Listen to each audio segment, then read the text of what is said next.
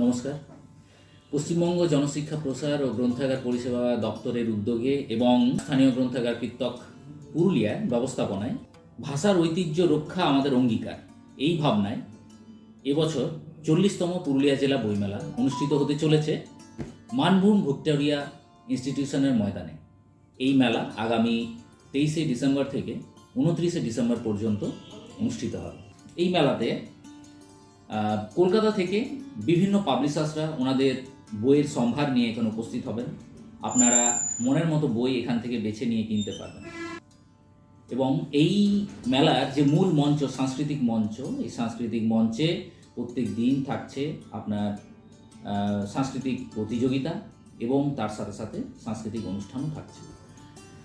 আমাদের বইমেলার যে ফেসবুক পেজ এবং ইউটিউব চ্যানেল, এই দুটো অবশ্যই আপনারা ফলো করবেন আমাদের বইমেলা সংক্রান্ত বিভিন্ন আপডেট পেতে।